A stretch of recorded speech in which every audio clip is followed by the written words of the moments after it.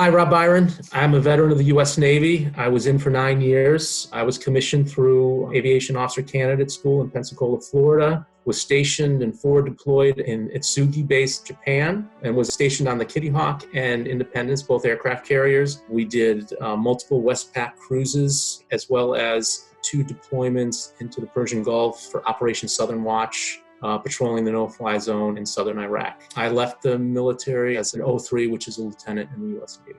I'm Buck Rogers. I served in the United States Army, was commissioned through West Point, went to the United States Military Academy.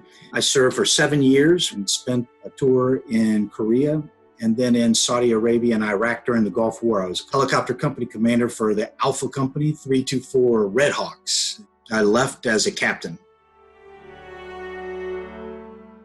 One thing that impacted me, and I hear it from a lot of people getting out of the military, is the whole mission or the purpose of your life and your job. One day you're in combat or sitting along the border or even training. You're driving down the road to the next appointment where somebody rips up your card and says, get lost. It's hard to transition that way.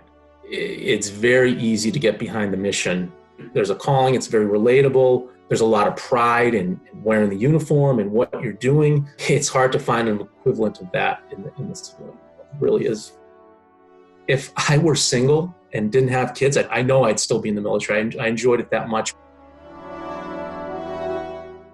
I happen to be a mentor for an organization, American Corporate Partners. This story is going to have a happy ending. You're going to make the transition because there's a lot of anxiety and stress figuring out what's on the other side of that. I'm in North Carolina, so Fort Bragg is pretty close. I'm helping a junior enlisted guy who's gotten out from a medical reason. The neat thing about the military, again, is that network is built in. If somebody reaches out and says, I'm transitioning out of the military, can I minutes of your time? Who's going to say no to that? Yeah. Because we understand the challenges of getting out, both psychologically, emotionally, but also as most people, me included, getting out of the military, what's out there? Nobody really understands the roles in civilian life and how they line up to the skills and strengths that I had from the military. It's not intuitive. It's difficult to translate what you do in the military to people that have never been in the military. You're trying to get interviews. You're talking to people that have no idea what you've done. I had no network.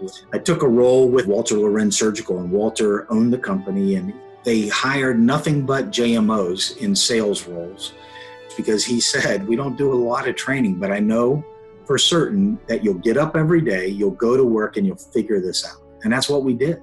So he had a sales force of junior military officers, men and women, that would get out there and figure it out.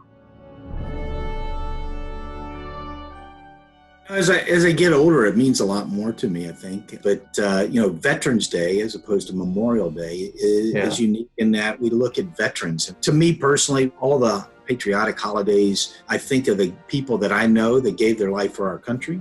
Again, in North Carolina, there's a huge population of current active duty people and former military people here. So it's a good time to thank people for their service. I try to do that. And then take an assessment of where I was and am, and thank God that I was able to do that, and I'm here today.